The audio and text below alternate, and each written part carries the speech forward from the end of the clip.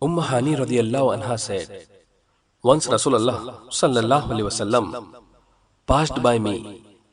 I said, I got older and weaker, so command me of an act which I shall perform while sitting.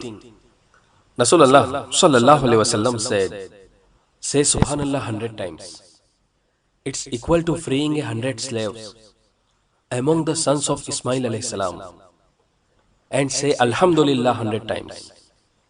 It's like 100 saddled and bridled horses upon which you carry equipment and people in the cause of Allah, and say Allahu Akbar 100 times. It's equal to 100 adorned and accepted camels given in charity for the sake of Allah, and say La ilaha illallah 100 times. Ibn Khalaf radiallahu anhu said, I think Rasulullah sallallahu alaihi wasallam said, it fills in between the heaven and the earth, and no one can do better than that except one who does the same as you do. Al Silsilatu Sahiha.